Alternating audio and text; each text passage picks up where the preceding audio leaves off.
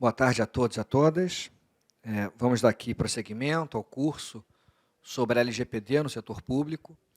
E hoje a gente vai ter uma aula que vai tratar de um tema inaugural da disciplina, que é a introdução à Lei Geral de Proteção de Dados Pessoais, introdução à LGPD. É importante essa aula para a gente estabelecer algumas premissas em relação à lei e para depois, ao longo do curso, a gente aprofundar outros debates sobre temas mais específicos relacionados à aplicação da LGPD no setor público.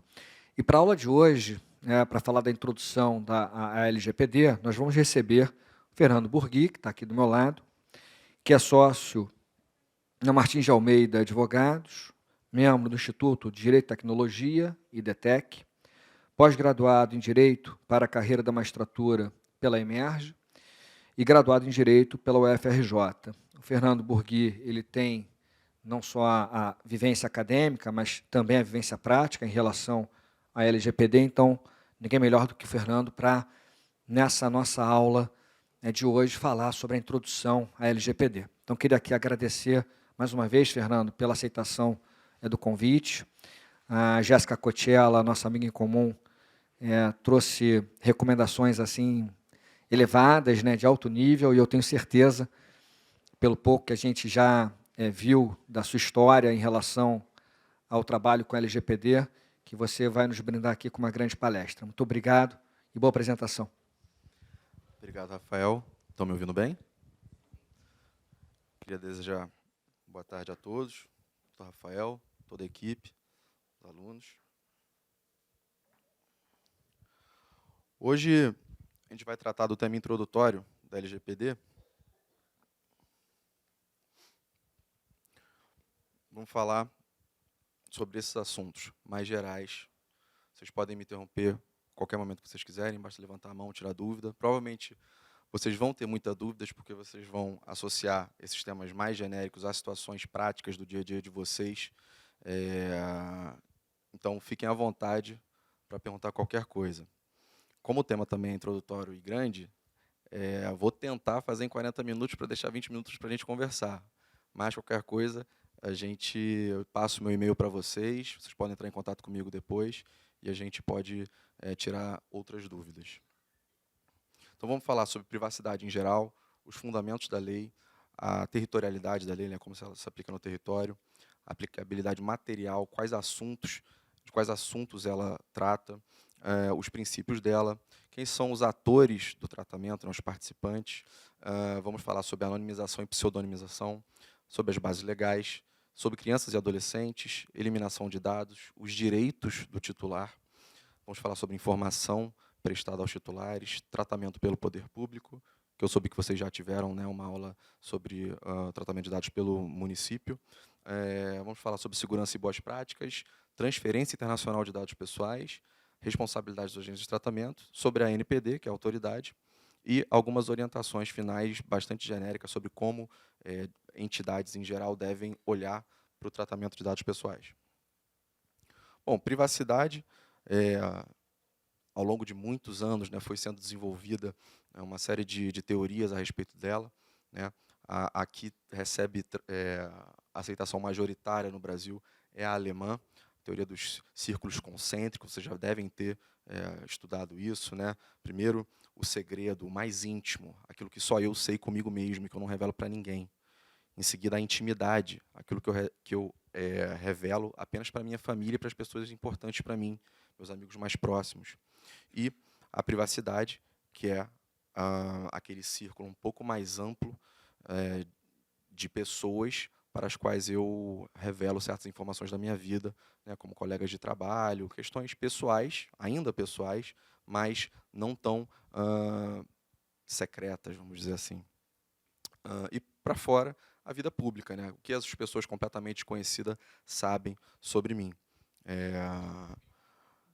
Existe também uma doutrina japonesa que é bastante interessante, que ela explica e resume tudo isso, que segue o eu, o que é meu comigo mesmo, a família, o grupo de amigos, os amigos dos amigos, os colegas e os desconhecidos. Para cada linha dessa, eu tenho uma diferente apresentação de quem sou eu? De quem sou eu como pessoa? E aqui a gente tem já uma primeira diferenciação que causa muita dúvida na prática. O que é privacidade, o que é segurança da informação e o que é proteção de dados pessoais? Isso não é sinônimo. Embora as entidades em geral acabem, no primeiro momento, né, de adequação à legislação, confundindo muito segurança da informação com proteção de dados pessoais, não é a mesma coisa. Privacidade, como a gente viu agora, é uma face da dignidade humana. É um lado da dignidade humana, a forma como as pessoas me veem, é a forma como eu me apresento para as pessoas, como eu quero ser visto pelas pessoas em geral.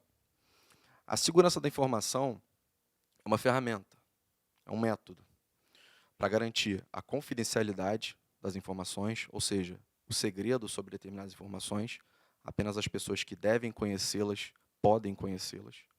A integridade das informações, ou seja, eu tenho uma informação e ela é verídica e autêntica, ela não foi alterada de nenhuma forma. E a disponibilidade. Essa informação está guardada para que eu possa acessá-la quando for necessário. Eu não perdi a informação e ela não está disponível. Agora há pouco a gente conversava sobre ataques hackers, né? Costumam ocorrer sobre a disponibilidade e a confidencialidade.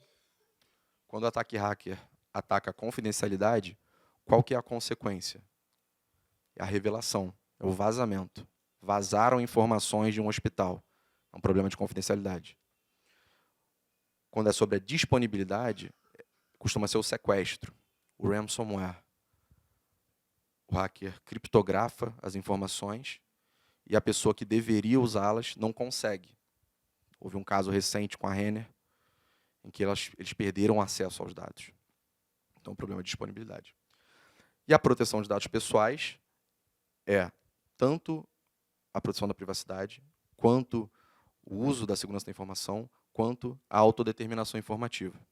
A autodeterminação informativa é controle sobre a sua própria informação. Como a privacidade é um aspecto da dignidade, a pessoa humana tem direito a controlar a circulação das suas informações. Nesse momento aqui agora, a gente não sabe onde estão as nossas informações, quem tem as nossas informações. E pior, o que estão fazendo com essas informações? Ou seja, nesse momento atual, a gente tem um descontrole sobre as informações.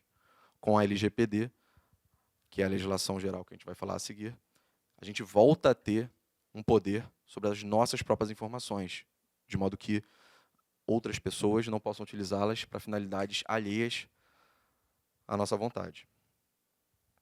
E aqui, passando rápido sobre uma construção histórica da privacidade, né? A gente começa lá desde do século XVIII, com a inviolabilidade domiciliar, né? O discurso do Lord Chatham, né? Falou que o homem mais pobre ele consegue se opor ao rei da Inglaterra. Nem o rei da Inglaterra pode invadir a casa do homem mais pobre da Inglaterra. Em seguida, a gente tem um artigo famoso, né, dos Estados Unidos, Warren Brandeis, que definiu o direito à privacidade como o direito de estar sozinho, o direito de ser deixado só. O ser humano ele não consegue conviver 100% do tempo devassado, aberto para as pessoas que estão em torno dele. Ele precisa de momentos de paz e silêncio, sozinho, isolado, para poder meditar, para poder, enfim, se realizar como pessoa, né? Sonhar sozinho, pensar os seus próprios desejos, ouvir, né, as próprias vontades, e não estar sempre sujeito à vontade dos outros e da sociedade. E aí, na Alemanha, a gente começa a ter o nascimento dessa cultura de proteção de dados pessoais. A primeira lei de proteção de dados pessoais surgiu em Hessen, né, dados pessoais como elemento da privacidade. Né? E por que a Alemanha? A Alemanha passou por momentos terríveis no século XX, né, com o nazifascismo, em que não existia essa questão de privacidade. Até hoje, os alemães são muito avessos a qualquer coisa pública, de exposição pública das próprias informações. Se vocês, porventura, tiverem amigos alemães, assim, alguma coisa, de Instagram, alguma coisa assim, vocês vão ver que, normalmente, eles são bem detidos, assim, eles não mostram muito da vida em público, porque existe essa cultura de não dar muitas informações para outras pessoas. E também, na Alemanha, logo em seguida, na década de 80, houve uma decisão do Tribunal Constitucional Federal que reconheceu a autodeterminação informativa como um direito, né? Desenvolveu esse conceito de autodeterminação informativa, ou seja, controle sobre as próprias informações a partir do direito à privacidade. Aqui o caso foi um caso de censo. A Alemanha foi fazer um censo e nele existiam diversos dados, muitos mais dados do que realmente eram necessários porque o Estado queria. Então, o Tribunal Constitucional Federal da Alemanha julgou inconstitucional a lei do censo, eliminando ali algumas das informações que deveriam ser solicitadas, porque reconheceu que as pessoas deveriam ter controle sobre aquela informação e que o Estado não poderia simplesmente pegar sem nenhuma informação sobre, enfim, sobre a exposição ali das finalidades associadas àquela coleta. E aí a gente chega na atualidade, né, a União Europeia editou o GDPR em 2018, e o GDPR virou uma lei assim, exemplo para o mundo. O GDPR trouxe esclarecimento de diversos princípios sobre proteção de dados pessoais, fixou conceitos e interpretações. O próprio sistema de proteção de dados pessoais acabou sendo muito influenciado por essa lei. Não foi a primeira, a Europa já teve normas, regulamentos sobre privacidade, mas é a mais atual que tem, a mais completa que tem. A nossa, LGPD, inclusive, é bastante inspirada no GDPR. O GDPR também estabelece as regras gerais sobre proteção de dados, traz as exceções que são tratadas por cada país, e estabelece a necessidade da criação de uma autoridade estatal que vai fiscalizar esse assunto. No nosso caso, vai ser a ANPD, Autoridade Nacional de Proteção de Dados. Privacidade no Brasil, né? Diversas constituições no passado já previam o direito da inviolabilidade do domicílio, inviolabilidade de comunicações. A atual prevê, né, a inviolabilidade da intimidade, da vida privada, o sigilo de correspondência, das comunicações telegráficas, de dados, das comunicações telefônicas, admitindo, no último caso, a quebra do sigilo, né, por decisão judicial. E, recentemente, foi inserido no rol do artigo 5º o direito à proteção de dados pessoais como direito fundamental. O Código de Consumidor já falava algumas coisas sobre proteção de dados pessoais, sem dizer esse nome ainda. No Código do Consumidor, a gente tem previsões sobre bancos de dados, cadastros de consumidores, né? Antigamente, não existia a necessidade de um consentimento e também não existia a necessidade de uma informação posterior mas também não se deixava que os fornecedores informassem só posteriormente sobre a inclusão. A informação é anterior à inclusão do banco de dados. E o consumidor tem direito a receber informações sobre os aspectos desse registro. Aí a gente teve o Marco Civil da Internet, que plantou a semente da LGPD, né? Trouxe uma explicação sobre o princípio da finalidade, trouxe uma necessidade de consentimento, trouxe o dever de informação e regras sobre eliminação de dados. Ainda bastante superficial, né? No Marco Civil da Internet, só se falava de tratamento com base no consentimento. Quando entrou na LGPD, a gente teve uma série de outras hipóteses que autorizam o tratamento de dados pessoais. E aí veio a LGPD, em 2018, que trouxe o Regulamento Geral sobre o assunto. A LGPD é um pouco diferente do GDPR. O GDPR ele é muito mais analítico. A introdução do GDPR traz diversos considerandos em que vários assuntos são explicados com exemplos, com diversas orientações. Inclusive, esses considerandos do GDPR são ótimos para interpretar a própria LGPD, porque a LGPD é bastante sintética, ela é muito curta para uma lei geral. E o que traz a LGPD? Traz os fundamentos, territorialidade, aplicabilidade material, conceitos, isso é um lado bom. A LGPD trouxe diversos conceitos. Os princípios, né, para interpretação, os requisitos para tratamento, que são as bases legais, explicações sobre o consentimento, direito à informação, o que é o legítimo interesse, o misterioso legítimo interesse, dados referentes à saúde, crianças e adolescentes, como é que os dados deles têm que ser tratados, o término, tratamento e eliminação, direitos do titular, tratamento pelo poder público, transferência internacional, os agentes de tratamento, suas responsabilidades, quem é o encarregado, segurança e boas práticas, fiscalização e as normas constitutivas da ANPD. Então, numa visão geral, isso é LGPD. E quais são os fundamentos que levaram o legislador a fazer a LGPD? Respeito à privacidade, a gente já viu que é direito fundamental. A autodeterminação informativa, a gente viu que a Alemanha reconheceu como direito fundamental e que está no conceito de proteção de dados pessoais agora também na nossa Constituição. Liberdade de expressão, informação e comunicação de opinião. Aqui é um ponto de vista oposto à privacidade. Em alguns casos, a gente vai ter que considerar a liberdade de expressão, de informação, de comunicação e de opinião para divulgação de dados pessoais. A gente vai ver em seguida que, em alguns casos, o tratamento de dados pessoais não se submete à LGPD e ficam baseados nesse inciso.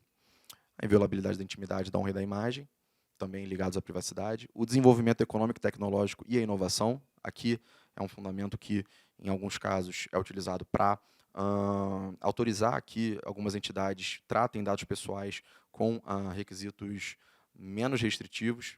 Hoje em dia, existe um regulamento específico para agentes de tratamento de pequeno porte.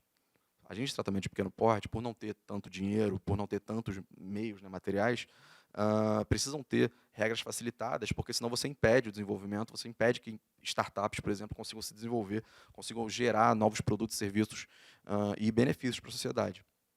Mesma coisa, livre iniciativa, livre concorrência e defesa do consumidor. E, por fim, direitos humanos, livre desenvolvimento da personalidade, dignidade e exercício da cidadania pelas pessoas naturais. É importante esse inciso pra caramba, porque boa parte da LGPD é voltada para impedir que terceiros utilizem dados de uma pessoa de modo a causar uma discriminação abusiva. E ligando isso mais adiante, a gente vai falar sobre dados sensíveis. Tá, mas, Fernanda, você está falando de tratamento de dados. O que é tratamento de dados? Conceito legal. Tratamento é toda operação realizada com dados pessoais. E aí traz alguns exemplos, como as que se referem à coleta, produção, recepção, classificação, utilização, acesso, reprodução, transmissão, distribuição, processamento, arquivamento, armazenamento, eliminação, avaliação, controle da informação, modificação, comunicação, transferência, difusão e extração. É tudo, né? Assim, encostou no dado pessoal, é tratamento. Olhou para o dado pessoal, é tratamento. Guardou o dado pessoal na gaveta, é tratamento. Então, a lei quis ser bastante protetiva nesse ponto. Se você teve algum acesso a dado pessoal, informação de uma pessoa, é tratamento, e você provavelmente vai ter que se submeter à LGPD. E como é que a LGPD é aplicada no território? Hoje em dia, a gente tem compartilhamentos internacionais de dados pessoais, redes sociais, enfim, a vida moderna na internet. E o que a lei diz? A LGPD vai se aplicar se a operação de tratamento for realizada no território nacional, ou seja, se algum desses verbos aqui for realizado no Brasil, aplica-se a LGPD. Se a atividade de tratamento, embora seja feita em outro país, tenha por objetivo oferta ou fornecimento de bens ou serviços ou tratamento de indivíduos localizados no Brasil, aplica-se a LGPD. Ou seja, eu, empresa, peguei dados de brasileiros fora do Brasil, mas para prestar serviços no Brasil, aplica-se a LGPD. E se os dados pessoais forem coletados no território nacional. Entende-se como coletar no território nacional dados pessoais cujo titular se encontre no Brasil no momento da coleta. E aí existe uma exceção que busca tornar o Brasil, facilitar a que o Brasil se torne um hub tecnológico, prestando serviço para outros países. Quando é que a LGPD não vai ser aplicada? Quando dados provenientes de fora do território nacional, ou seja, dados de fora do Brasil, que não forem compartilhados com outras empresas, outros agentes de tratamento no Brasil, nem objeto de transferência internacional, ou seja, nem transferidos para outro país, sejam tratados aqui e devolvidos diretamente para quem mandou para a gente.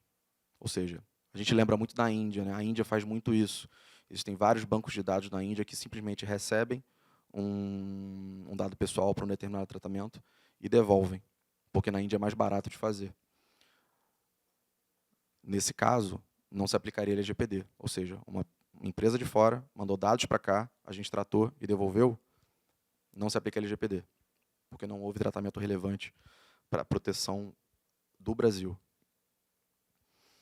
E aí, passando à aplicabilidade material, por conta daqueles fundamentos, existem algumas situações em que a LGPD não vai ser aplicada, embora haja tratamento de dados pessoais. O tratamento realizado por pessoa natural para fins exclusivamente particulares e não econômicos não se sujeita à LGPD. É aquilo que a gente faz no nosso dia a dia. A gente conversa com alguém, a gente sabe informações dessa pessoa, a gente pensa, a gente responde, a gente processa internamente aquela informação, mas é o dia a dia. Isso é corriqueiro, então não está sujeito a bases legais, consentimentos, etc. Isso, então, está fora da LGPD. E alguns tratamentos para determinados fins também estão fora. Se o tratamento for feito para fins jornalísticos e artísticos, está fora da LGPD. Ou seja, eu, repórter, coloquei informações sobre uma pessoa pública, sobre um político, e quero publicá-las na imprensa. Eu preciso pedir autorização para a pessoa? Não. Artístico, mesma coisa, né? Aquela questão da biografia famosa. Fins acadêmicos também. Se eu estou utilizando informações de pessoas físicas para finalidades acadêmicas, casos famosos, etc., não preciso observar as regras da LGPD, salvo as hipóteses de tratamento, as bases legais, que eu imagino que na outra aula vocês tenham tratado, mas a gente vai tratar aqui também mais a fundo. E o terceiro ponto, que está fora da LGPD, são os fins de segurança pública, defesa nacional, segurança do Estado e investigação e repressão de infrações penais. Por que está fora? Porque isso aí vai ser tratado por lei específica. Né? Todas essas questões de segurança pública, falando em geral, têm regras específicas, né? Não dependem de bases legais, vão ser tratadas especificamente para o Estado, então dependem de regras específicas.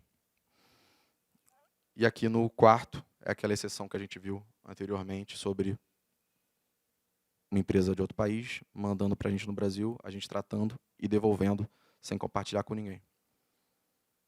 Nesses casos, não vai se aplicar a LGPD. Aqui a gente tem umas explicações, né, sobre aplicabilidade material. Como eu disse, né, segurança pública é legislação específica. Quando o Estado for tratar de... Estado em geral, né, for tratar dados pessoais, ele não pode se utilizar de pessoa de direito privado para mandar todo aquele banco de dados para a entidade de direito privado. É vedado o tratamento de dados para a segurança pública por pessoa de direito privado, exceto em procedimentos de segurança, em procedimentos sob tutela de pessoa jurídica de direito público. Ou seja, sempre tem que ter uma pessoa de direito público supervisionando as exceções que admitem pessoas de direito privado a tratarem dados pessoais para fins públicos. Né? E nesses casos excepcionais, eles são objetos de informação específica para a autoridade. E a autoridade, nesses casos, pode emitir opiniões técnicas e recomendações para essas pessoas jurídicas de direito público e direito privado que estão tratando para fins de segurança pública. Né? E, em nenhum caso, a totalidade dos dados pessoais podem ser tratados por uma pessoa de direito privado. Sempre dentro desse conceito, desse tratamento, dessa finalidade para segurança pública. E a gente passa para os princípios, né, que regem toda a legislação. Boa-fé, princípio mor, direito brasileiro. Finalidade, necessidade, adequação e qualidade dos dados. Para mim, são os principais. Por quê? Quando uma empresa, uma entidade, for realizar um tratamento, a primeira coisa que ela precisa definir, que ela precisa saber, é o que ela vai fazer, para que ela vai fazer. Eu não posso mais pegar dados pessoais, porque eventualmente eu posso precisar. Não é assim. Eu preciso saber exatamente o que eu vou fazer com esses dados. Porque se eu não tenho uma finalidade definida, eu não posso informar para a pessoa. E se a pessoa não sabe o que eu vou fazer com os dados, ela não tem o menor controle em dizer se me autoriza ou não a usar os dados dela. Então, eu preciso saber o que eu vou fazer com esses dados. E sabendo o que eu preciso fazer com esses dados, eu sei que dados que eu preciso para atingir esse objetivo que eu pus. Então, finalidade. Eu defino um objetivo, necessidade. Com base no objetivo, eu defino quais dados são necessários para atingi-lo.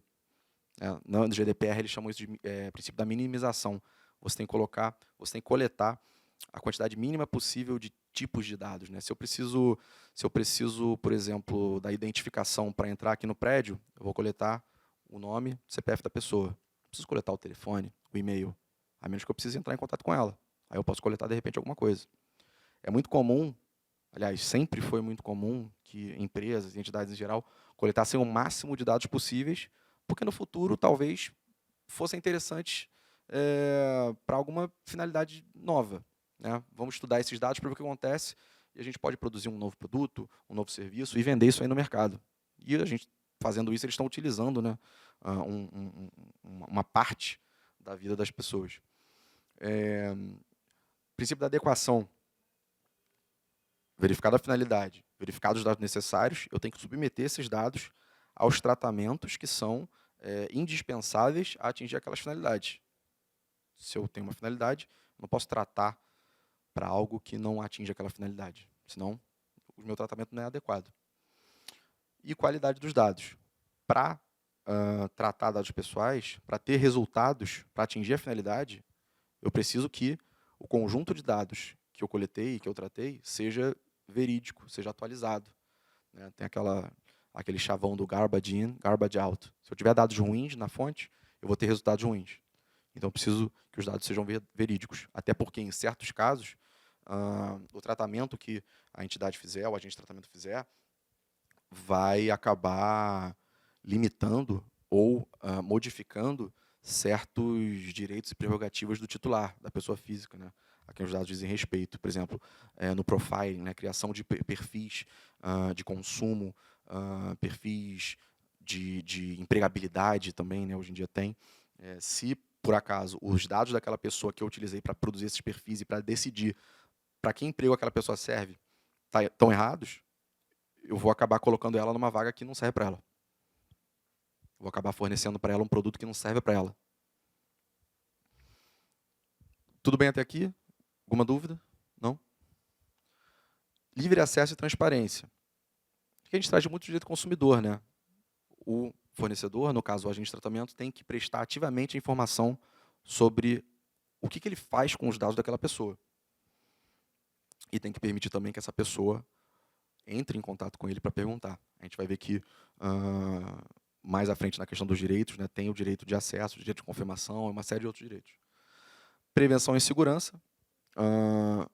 Se você já conhece alguns riscos associados ao tratamento que você faz, você tem que adotar as medidas de segurança que são adequadas à mitigação daquele risco, ou à eliminação, né, quando não é possível.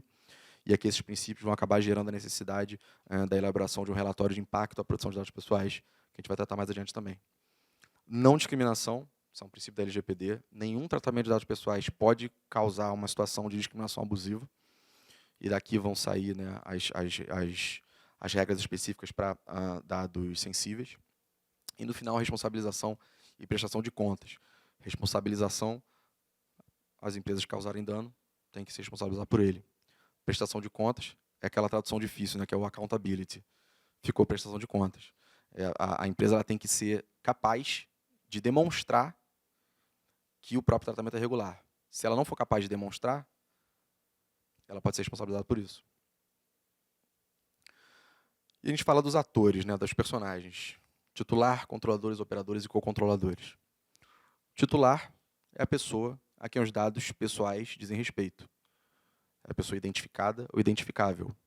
Se eu não sei quem é a pessoa a quem esses dados dizem respeito, o dado não é pessoal, é um dado anonimizado. A gente vai falar sobre a anonimização mais à frente.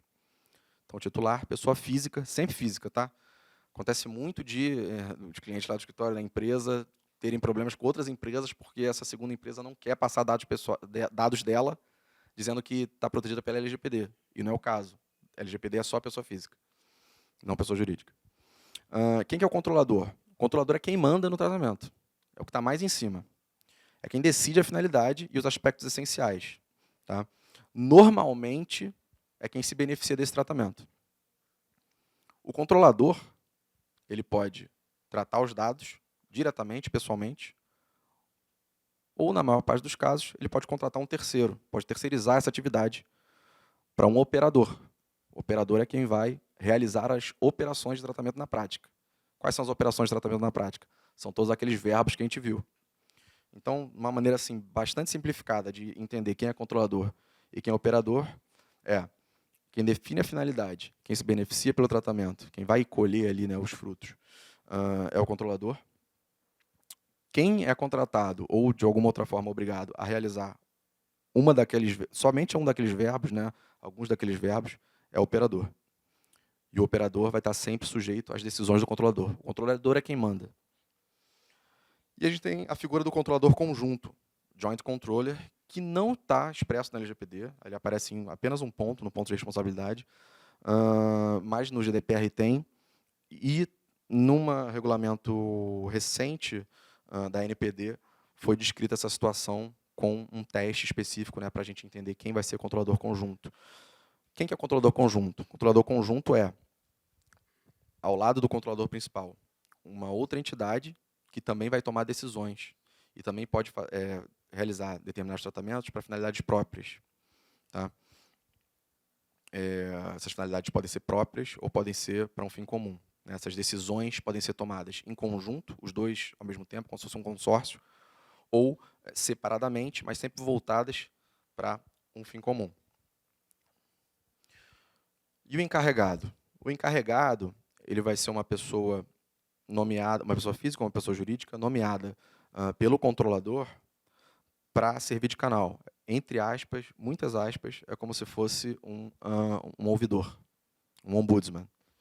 É a pessoa que representa a empresa nesse assunto. E aí, da empresa para fora, o encarregado vai ser o canal de comunicação entre a empresa e titulares e entre a empresa e a autoridade nacional, a ANPD. Da empresa para dentro, ele vai orientar os funcionários da empresa sobre proteção de dados pessoais. E, eventualmente, a ANPD e a própria empresa podem constituir ali outras atividades. Normalmente, os encarregados são... eles recebem a atribuição disciplinar, né?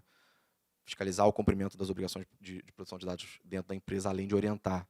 Eles ficam ali meio que como um pouco ligado ao compliance da empresa, né? As regras de conformidade. Agentes de pequeno porte são isentos a nomear encarregado, como a gente viu, né? A lei beneficia a livre iniciativa. E aí, passando para a anonimização e pseudonimização, a gente viu antes que dado pessoal é dado referente a uma pessoa física identificada ou identificável. Se a pessoa física, a quem aquele dado diz respeito, não é identificada nem identificável, esse dado pode não ser pessoal. Existe muita confusão com a pseudonimização. E, por favor, não digam pseudo-anonimização, porque acontece muito isso. Tá? Pseudonimização é como era antigamente. A pessoa escreve um artigo, né, uma matéria, e troca o nome dela por outro. Ninguém sabe quem é. Na LGPD é mais ou menos isso. Você vai substituir pedaços de informação por alguma outra informação que não está associada a ninguém. Então, se eu tenho o nome de uma pessoa, eu substituo aquele nome por um código. Ou então eu criptografo aquela informação, de modo que um terceiro, que não tem a chave, não vai saber quem é. A anonimização é bem parecida, mas não é a mesma coisa. Na anonimização, a empresa retira qualquer possibilidade, ou quase qualquer possibilidade, de você associar o dado pessoal à pessoa física. Pô, não é a mesma coisa? Não. Na pseudonimização, existe a possibilidade dessa maquiagem ser revertida. Na anonimização, não existe essa possibilidade. Ninguém conseguiria reverter a anonimização, a menos que tivesse, né, um poder ali de processamento, ou tempo, ou ferramentas muito poderosas para reverter um determinado encriptação, um algoritmo, né? Ou que detenha outras informações com os quais essa pessoa possa cruzar os dados que possui e então descobrir de quem eram aquelas primeiras informações. Um exemplo, uma empresa concessionária de serviço público possui um cartão para as passagens. E esse cartão ele tem um número que está associado a um cartão de crédito. E a pessoa coloca o crédito ali nesse cartão das passagens. Se a empresa contrata uma outra empresa para fornecer descontos, etc., essa outra empresa vai precisar do número do cartão de crédito para poder aplicar esses descontos com base no cartão da passagem. E aí nasce a dúvida. Essa empresa dos descontos, por meio do cartão de crédito, poderia saber quem é a pessoa? A princípio, não, porque tudo que ela tem é um cartão de crédito. Eu não sei qual é o cartão de crédito. Seu. Não sei. Pelo número, eu não sei saber. Não consigo descobrir. Agora, se eventualmente vazar alguma informação, seja da empresa de transporte público, seja de alguma outra loja, algum outro serviço que tenha o número do seu cartão de crédito e tiver o seu nome lá, esse hacker vai saber quem é você. Então, nesse exemplo, por mais que a empresa dos descontos diga que o dado está anonimizado e não queira tratar de dados de LGPD, o dado não está anonimizado, porque, eventualmente, pode ser descoberto quem é o dono daquele cartão de crédito. E por que essa diferença é importante? Porque quando você anonimiza, o dado deixa de ser pessoal. Se o dado deixa de ser pessoal, desaparece a necessidade de você se sujeitar à lei de proteção de dados pessoais. Se não tem dado pessoal, não tem uma lei específica. Então, você pode tratar aqueles dados anonimizados com muito mais liberdade. E aí, na anonimização, né, é uma questão muito mais técnica. Existem diversos métodos de anonimização, randomização, generalização. Né, você troca, você embaralha uma série. Normalmente as informações estão numa tabela, né, como se fosse no Excel. E aí você embaralha tudo aquilo de maneira que os identificadores de cada linha desaparecem, mas aquele banco de dados continua sendo útil para você. E outros tantos, né? Você, por exemplo, número de CPF, ou então endereço de rua. Você troca os endereços, você coloca um número de CPF a mais, você soma tudo no sistema, né? Você soma 1, soma 5 e muda ali toda a numeração, de modo que você não consegue mais reverter e você não consegue mais saber quem é o dono daquele CPF. As únicas informações úteis são as demais que você pode utilizar sem prejudicar a pessoa. E as bases legais. Como a gente disse, né, a autodeterminação informativa ela prevê que as pessoas físicas têm o direito de controlar a circulação das próprias informações. Então, a lei traz quais são as hipóteses admissíveis para o tratamento desses dados. Primeira dessas hipóteses é o consentimento. Eu, como empresa, vou utilizar os dados da pessoa, eu, como entidade, órgão público, vou utilizar os dados da pessoa, eventualmente, eu informo a ela o que eu vou fazer e essa pessoa me autoriza. Essa é a base. E aí vem outras hipóteses em que há valores superiores à autodeterminação informativa e que a lei permite que as entidades, em geral, tratem dados. Cumprimento de obrigação legal ou regulatória pelo controlador. Se o controlador tem alguma lei em que ele precisa tratar dados pessoais, ele vai tratar, porque senão ele está descumprindo a lei. Você não pode cumprir uma lei para descumprir outra. Então, a LGPD admite isso. Exemplo, qualquer empresa, né, que tem funcionários, eventualmente vai precisar transferir informações dos empregados, informações dos impostos recolhidos desses empregados para a Receita Federal, para o Ministério do Trabalho. Ele não precisa do consentimento do titular. Ele faz porque a outra lei ou outro regulamento manda ele fazer. Outra hipótese autorizativa, outra base legal, é quando o tratamento é feito pela administração pública. Quando o tratamento for necessário à execução de políticas públicas, previstas em leis, regulamentos, e aí a gente meio que associa a anterior, né? Se tem lei ou regulamento que determina um determinado tratamento, ele pode ser feito. Mas aí abre-se um outro leque. Políticas públicas respaldadas em contratos, convênios ou instrumentos semelhantes também são autorizados. Então, se existe um contrato, convênio, uma lei ou regulamento que determina que um órgão público trate esses dados, ele pode tratá-los. Órgãos de pesquisa. Na LGPD, órgãos de pesquisa têm um conceito fechado, que eu vou passar para vocês mais adiante. Durante a pesquisa, esses órgãos podem tratar dados sem necessidade de consentimento, se estiverem dentro daquelas hipóteses que eu vou mostrar para vocês. Também é possível tratar dados quando eles forem necessários para a execução de um contrato. Inclusive, para os procedimentos antes, preliminares ao contrato.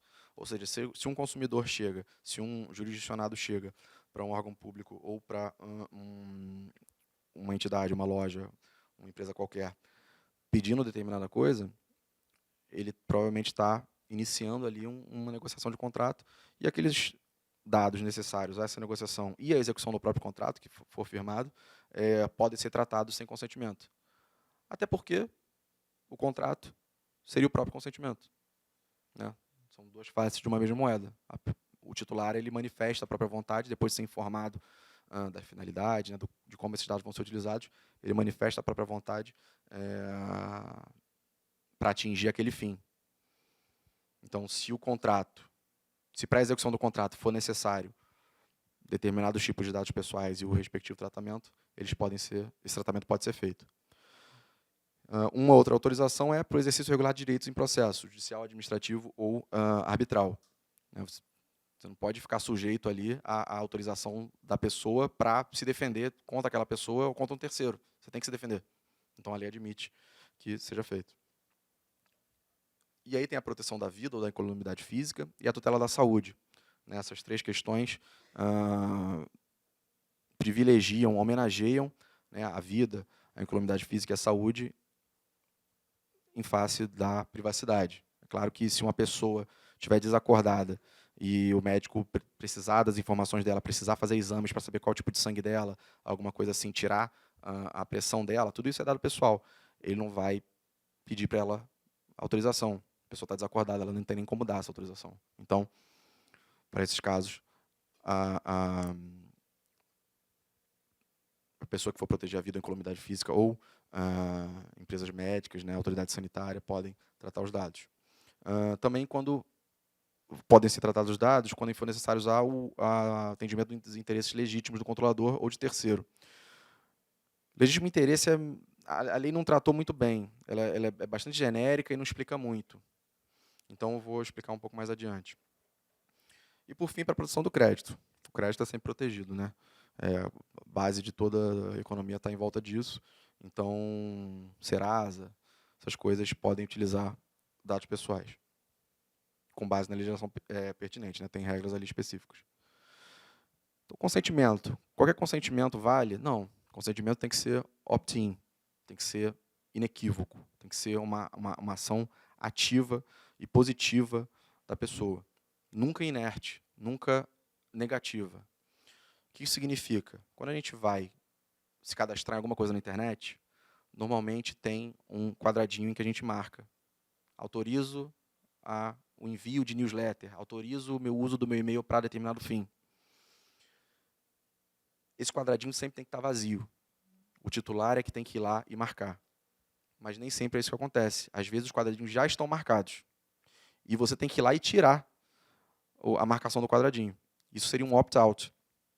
Isso não é admitido pela LGPD. Por quê? Porque pode ser que você não tenha nem visto esse quadradinho. E aí você vai ficar recebendo ali newsletter, vai ficar recebendo promoção de loja, enfim, aquela chatice do dia a dia. O consentimento tem que ser sempre gratuito.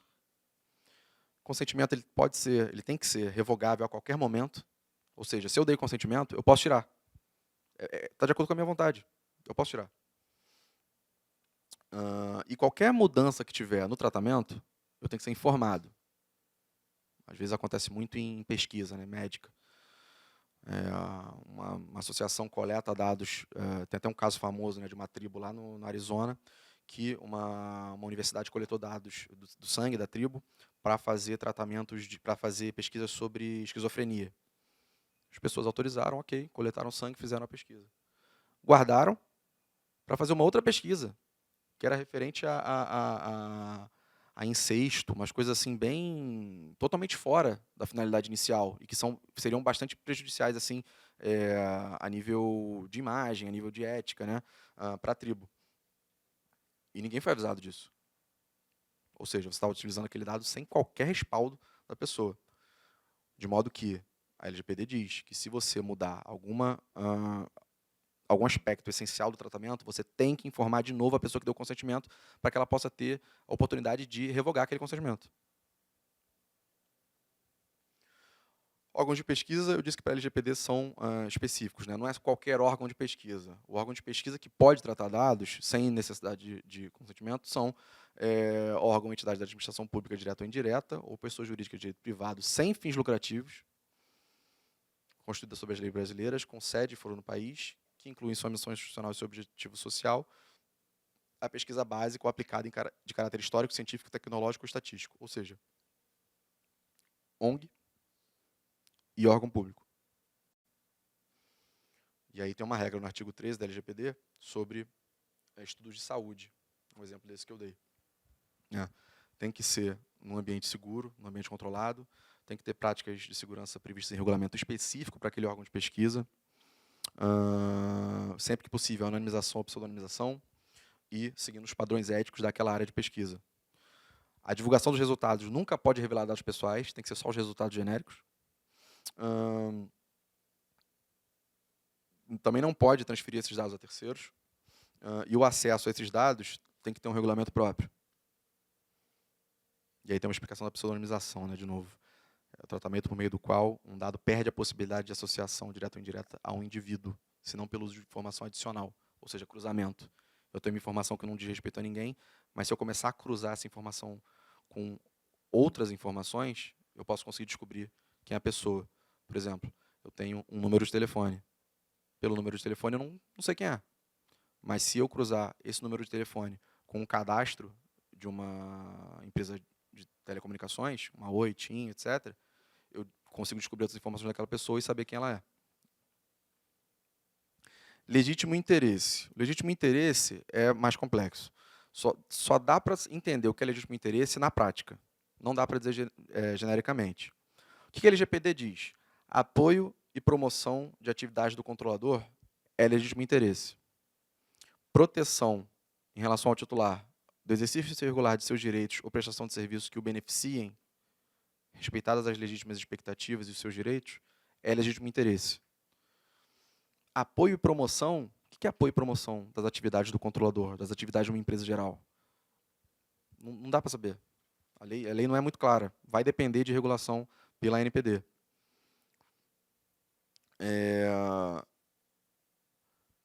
O que a gente tem lá na Europa em relação a esse tema? O legítimo interesse do controlador ele está ligado à legítima expectativa do titular.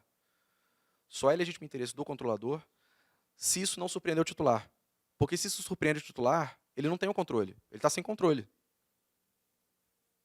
Então, viola a autodeterminação informativa. Então, para ser legítimo interesse, também tem que ser respeitada a legítima expectativa do titular, não pode ser surpreendido. E aí tem alguns exemplos. Prevenção contra a fraude. Se eu uso alguma informação daquela pessoa para prevenir algum tipo de, para evitar algum tipo de fraude, isso é legítimo interesse. Não precisa da minha autorização. Se eu compartilho num grupo econômico informações de uma pessoa, de um cliente, para fins administrativos, né, para gerar nota fiscal, para gerar alguma outra coisa, não preciso do consentimento daquela pessoa para isso. Isso é legítimo interesse. Não tá sendo nada, não tem nada ali sendo feito que normalmente não seja, ou que cause algum tipo de dano à pessoa. Contato de emergência de funcionário. Se eu tenho contato de emergência de alguma pessoa, numa empresa, né, um órgão público, isso também é legítimo interesse. Porque, eventualmente, se acontecer alguma coisa com ela, eu posso utilizar aquilo ali para ajudar aquela pessoa. Compartilhamento com advogados para determinado conselho legal. Poxa, ainda não é o exercício regular do direito no processo, que admitiria. É uma fase prévia. Mas é esperado que uma pessoa que esteja com problemas, né, jurídicos se aconselhe com o advogado sobre um determinado caso. Uma pessoa te causou um prejuízo, né? Não te pagou uma dívida que ela te devia. Você vai precisar pedir autorização dela para falar com o seu advogado? Claro que não. Só você falar com o seu advogado, legítimo interesse. Marketing direcionado. Em alguns casos, ele pode ser legítimo interesse, em alguns casos, não. Né? Se a pessoa espera receber o marketing direcionado, é legítimo interesse. Quando é que ela vai esperar? Normalmente, quando uma pessoa adquire algum serviço, o fornecedor espera que ela possa ter interesse em serviços similares. Nesse caso, ele pode fazer marketing direcionado sobre produtos similares, mas não pode fazer sobre outros produtos e serviços. Ou seja, tem que ser algo bem próximo daquela finalidade inicial que foi visada. E, para finalizar, legítimo interesse, sempre que houver legítimo interesse, o controlador ele deve realizar uma avaliação de legítimo interesse. Ele tem que fazer um testezinho, para balancear os direitos do titular e o interesse da empresa. O que pesa mais? A ponderação, né? Necessidade, adequação, razoabilidade, mais ou menos isso. Na internet vocês conseguem encontrar os exemplos desse teste, né? Várias autoridades aí no mundo já têm nos próprios sites, modelos que vocês podem utilizar. Dados disponibilizados publicamente. Mas, Fernando, certas informações já estão aí publicadas na internet, né? No Facebook, no Instagram, você sabe boa parte da vida da pessoa. E como é que fica isso? Eu posso tratar todos os dados da pessoa para qualquer fim? Não pode. A lei diz que você só pode tratar aqueles dados que são públicos, porque a pessoa tornou público, ou porque tem natureza pública, como, por exemplo, registro público, para finalidades associadas à finalidade na qual ela publicou essas informações. Ou seja, se você publicou informações no LinkedIn, você espera que outras pessoas entrem em contato com você para oferecer emprego.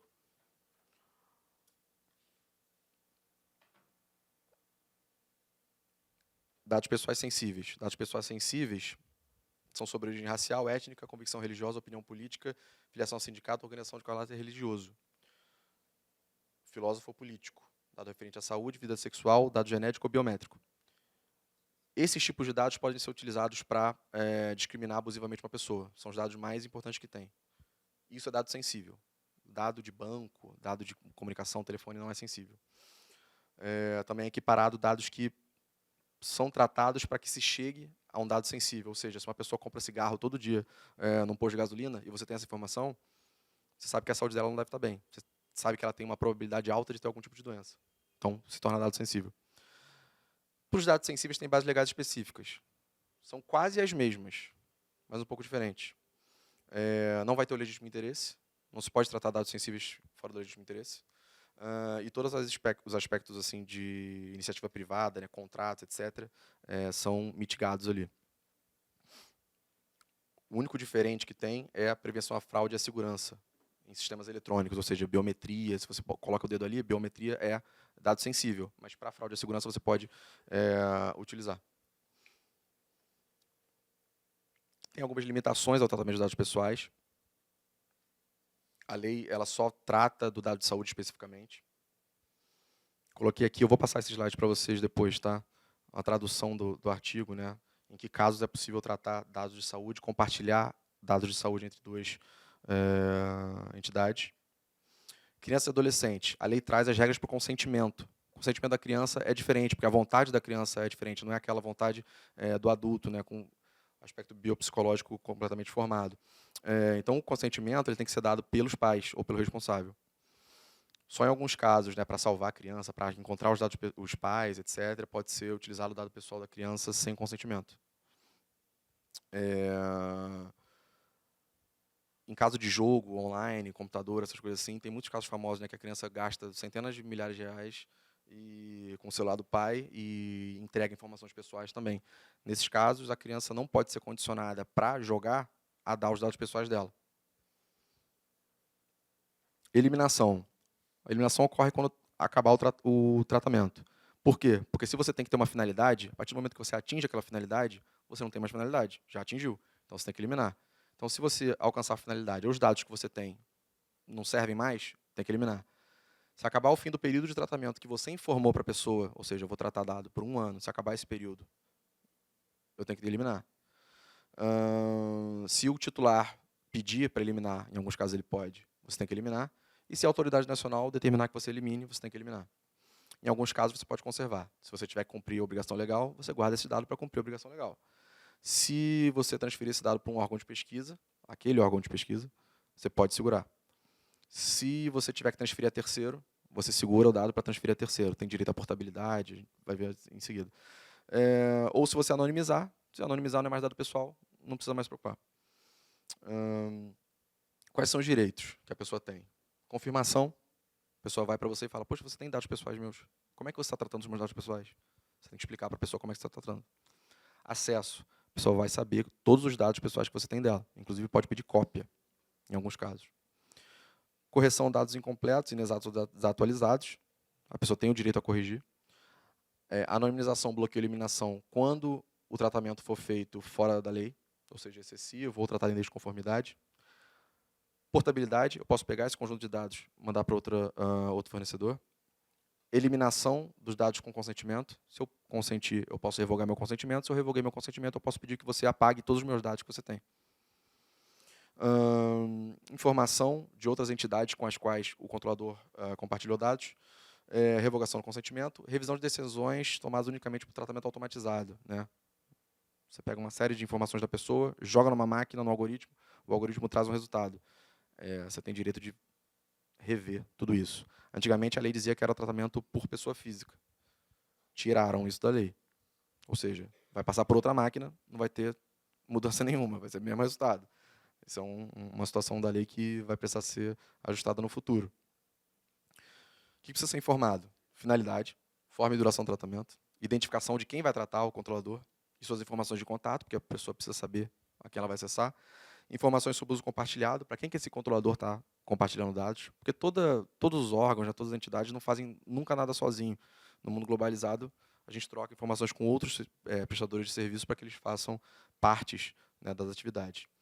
As responsabilidades dos agentes que vão fazer o tratamento, ou seja, o que cada um vai fazer. Os meus direitos, assim como nas lojas tem o CDC, na informação que você presta, que o controlador prestar ao titular vai ter que ter os direitos. Eu tenho que saber quais são os meus direitos. E o contato do encarregado, porque é com o encarregado que eu vou falar se eu tiver algum problema. Normalmente essa informação é prestada pelas políticas ou pelos comunicados de privacidade. O exemplo mais simples é aquele quando a gente entra no site, levanta aquele banner, falando, olha, vamos tratar seus dados para esse fim, clique aqui na nossa política para ter maiores informações. Normalmente é assim que essas informações são prestadas. Não confundir informação com consentimento. A informação sempre tem que ser dada. O consentimento nem sempre. Tratamento pelo poder público. Vocês já tiveram, né, uma aula mais específica com relação a isso, né, com o município. Então, vou acelerar aqui. Segurança, relatório de impacto já falamos, medidas de segurança já falamos também naquela questão de segurança e prestação de contas. Quando acontecer um incidente de segurança da informação, ou seja, quando ocorrer um vazamento, alguma coisa assim, os órgãos têm que comunicar tanto ao titular quanto à autoridade nacional, porque se vazar senha do banco, a pessoa precisa saber o que aconteceu, para poder trocar a senha, para poder fazer um monte de coisa. E a autoridade precisa olhar para ver se tem que fazer alguma outra atividade, alguma outra medida de proteção. E aqui eu coloquei também o conteúdo dessa comunicação. Boas práticas. A gente fala sobre programa de governança, né, o que as entidades em geral têm que ter, uma política de proteção de dados, né, treinamentos para os funcionários em geral, planos de resposta já preparados para não deixar acontecer, você pega surpresa. Metodologias ligadas a boas práticas. Privacy by design, privacy by default. Tudo que uma entidade produzir de novo, todos os processos internos dela, né, todas as atividades que ela faz, precisam ser pensadas dessa forma.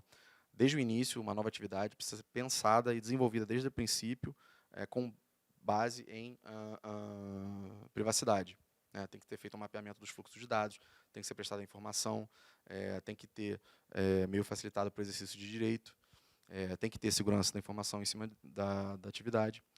Privacy by default é quando você fornece um serviço ou um produto à pessoa, o serviço e o produto já vem com todas as opções de privacidade mais restritas possível. Né? Quando a gente baixa o Instagram, por exemplo, ele não consegue acessar a nossa câmera nem as nossas fotos. Ele pergunta para a gente se a gente quer. Isso é Privacy by Default. A gente vai lá e consente. Transferência internacional não pode ser feita livremente, só em alguns casos. Para países, organismos internacionais aprovados pela NPD, a NPD vai tomar decisões aprovando certos países a receberem dados pessoais, como a Europa faz hoje em dia. Né? Teve até um caso recente que a Europa disse que os Estados Unidos não são um país adequado a receber. E aí tem que ter outras opções para que continue ali o compartilhamento de dados pessoais entre Europa e Estados Unidos. Como é que a gente faz? Com cláusulas contratuais específicas, com cláusulas padrão que a NPD vai desenvolver, com normas corporativas globais em se tratando de multinacionais, né, uma mesma empresa, um grupo econômico internacional, pode transferir dados internacionalmente se tiver normas corporativas globais protegendo-os. E, eventualmente, selos e certificados, se a empresa tiver, ela pode receber sem a necessidade de autorização da NPD. Cooperação jurídica internacional também admite a transferência de dados entre países, proteção da vida e incolumidade física também. Quando a própria autoridade autorizar, ou seja, uma pessoa pode pedir autorização para a autoridade nacional. Quando também a transferência resultar em compromisso assumido em acordo de cooperação internacional, ou seja, quando tiver um acordo de cooperação, pode ser feita. Para a execução de política pública ou atribuição legal do serviço público também pode ser feita. Quando o titular consentir, não sei se você pedir consentimento, pode fazer a transferência, sem esquecer de todas as medidas protetivas também. E quando necessário para atender a obrigação legal ou regulatória, contrato, exercício regular de direito em processo, você pode, né, exercer os seus direitos nesse sentido. Responsabilidades de agente de tratamento. O controlador, que é quem manda, tem que ter um registro do que faz, ele tem que ter um mapeamento, assim, um registro de todas as atividades de tratamento de dados pessoais que realiza, porque é sobre esse registro que a autoridade nacional vai fiscalizar. O operador, por sua vez, ele só age onde o controlador manda, ele não age livremente, ele está sujeito, como se fosse um instrumento de mandato, ele está sujeito ao que o controlador determina. Se ele agir fora, ele pode ser responsabilizado por isso, e ele vai ser equiparado a um outro controlador. E a NPD eventualmente vai poder trazer regras ali de interoperabilidade, ou seja, o formato do dado que você tem vai ser fixo, porque você eventualmente pode ser chamado a compartilhar essa informação com outra entidade, e essa outra entidade precisa conseguir ler o que você tem. Normalmente o poder público brasileiro é muito descentralizado e não conversa um com o outro. Então, por exemplo, sistemas de impressão digital, um não conversa com o outro. Então, você tem que ter uma interoperabilidade ali para que tudo possa funcionar. Responsabilidade. O operador ou controlador responde se causar dano. O operador responde solidariamente se descumprir a lei, se sair das instruções listas do controlador. Não responde sozinho, responde solidariamente, porque, assim como no CDC, a LGPD tenta aumentar ali a possibilidade de ser ressarcido. Controladores que estiverem diretamente envolvidos, ou seja, controladores em conjunto, também vão ser responsabilizados solidariamente. O ônus da prova não é do titular, é dos agentes de tratamento, bem parecido com direito do consumidor. Existe a possibilidade de ações coletivas, normalmente quando vazam dados eletrônicos, principalmente, são muitos dados, então tem a possibilidade de ação coletiva. E direito de regresso, normal, né, em relações de solidariedade. Aqui a LGPD também traz uma situação bastante parecida com o Código de Defesa do Consumidor, né, excluindo a responsabilidade se o controlador acionado não tiver realizado aquele tratamento, ou seja, não é a responsabilidade dele, ou então se, embora tenha ocorrido dano, ele não violou em nenhum momento a legislação, ele não vai ser responsabilizado, ou se for culpa exclusiva do titular ou de terceiro. Nesses casos, não vai ter responsabilidade. E aqui, no artigo 44, a gente trata de segurança, né? Vai ser regular quando não tiver a segurança que era esperada em relação ao modo pelo qual o tratamento é realizado, os riscos e resultados que normalmente se esperam e as técnicas disponíveis na época. A NPD vai fiscalizar tudo isso, uma autarquia de natureza especial, tem independência ali, não está vinculada mais à presidência da República como estava antes, então ela tem uma independência maior para fiscalizar e sancionar.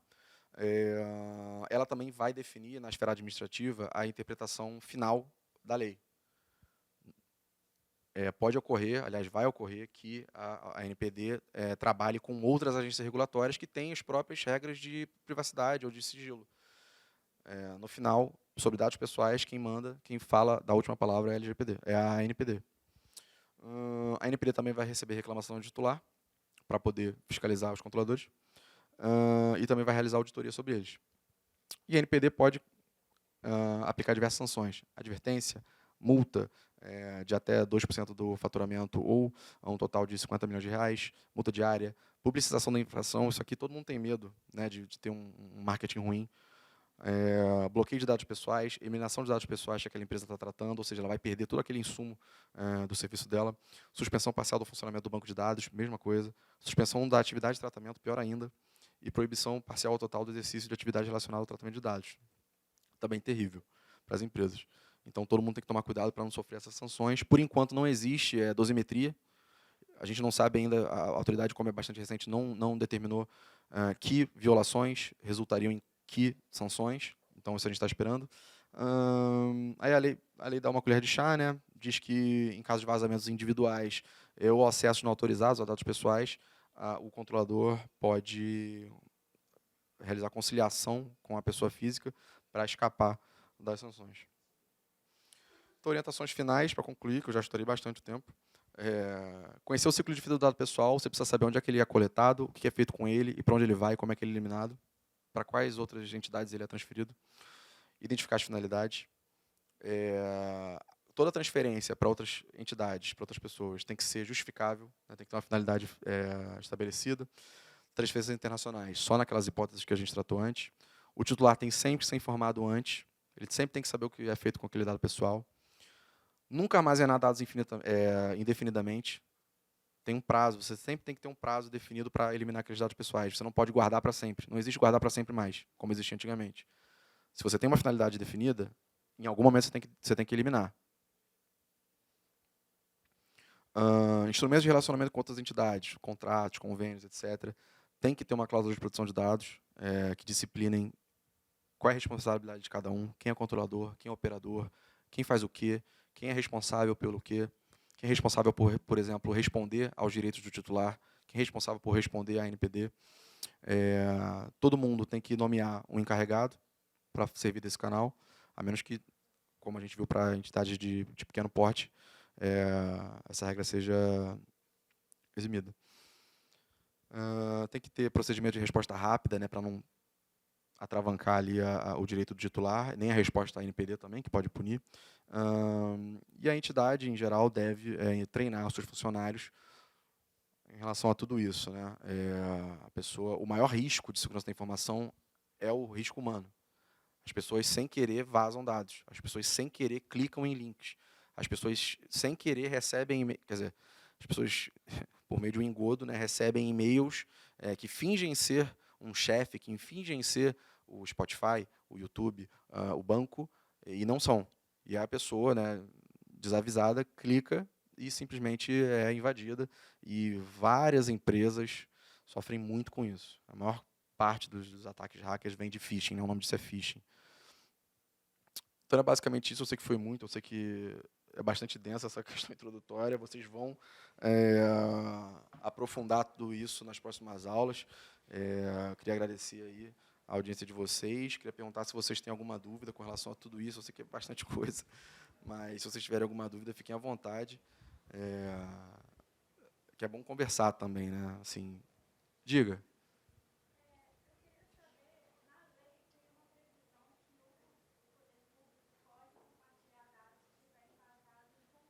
Uhum.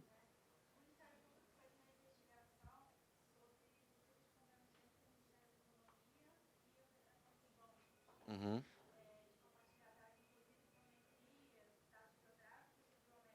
Uhum.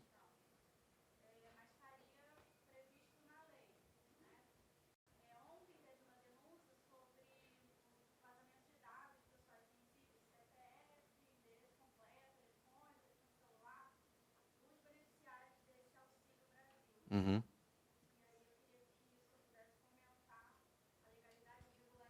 Não, excelente pergunta, excelente pergunta. Tem muito isso, tá? Só um ajuste, né? Dado pessoal sensível são aqueles referentes à origem racial, ética, étnica, religiosa. Também tem, também tinha no cadastro.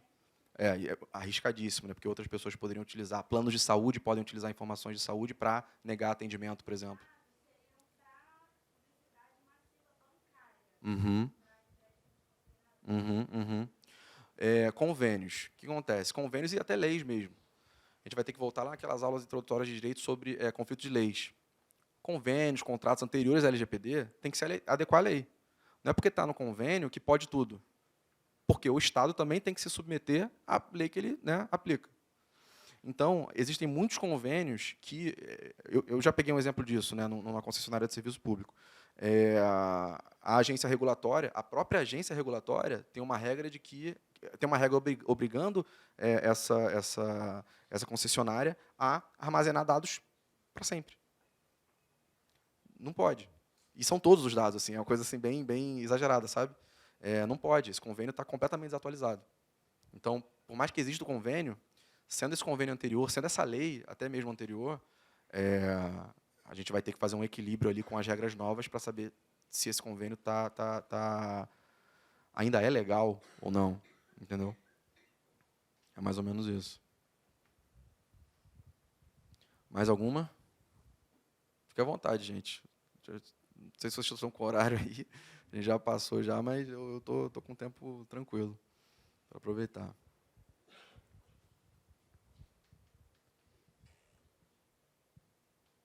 Não? Pode anotar meu e-mail. Qualquer coisa vocês podem perguntar. Então era basicamente isso. Peço desculpas aí.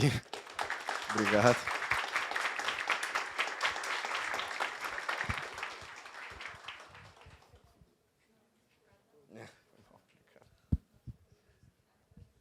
Obrigado, Fernando. Obrigado pela palestra. Você disse que passou o tempo, mas o tempo voa quando a gente tem uma aula boa, né? Então, obrigado por essa introdução à LGPD. A gente vai aprofundar alguns desses temas ao longo de encontros. Tem um encontro específico tratando da NPD e essa mudança de natureza jurídica, né, recente.